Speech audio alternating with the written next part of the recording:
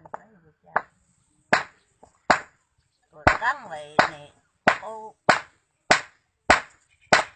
ยาวันนี้เด็กเล็กมันหยุดแปดจำ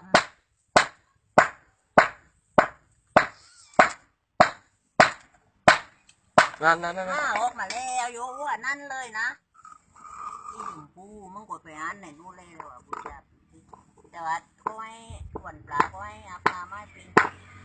ให้เจน้ำขวนปลาเอาลุงให้ก็อยู่ในน้ำ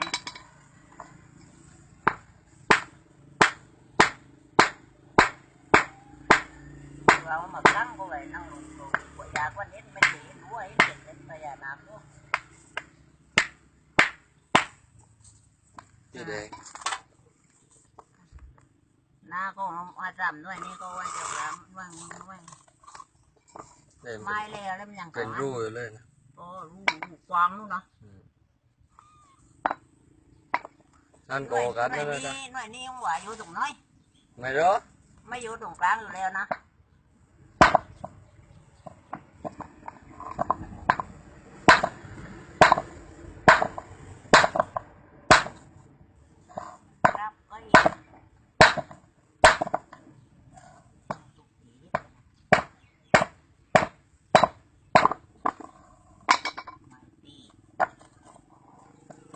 มันเป็นรูตรงกลางเลยนะ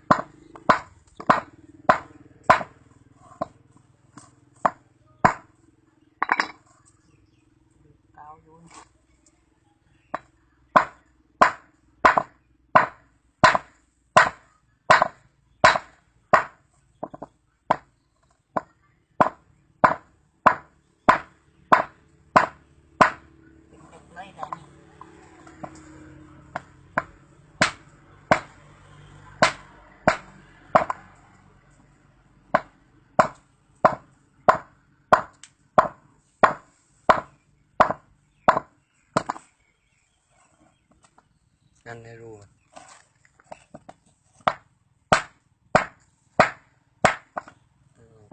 ได้แต่เป็นยศน้ำทำเรื่องโปรเรมตำวัวใจได้นะนี่แน่ทราบว่าเดี๋ยวมันเป็นเล็กเลยนี่อันที่หมวงเล็บปราบโยน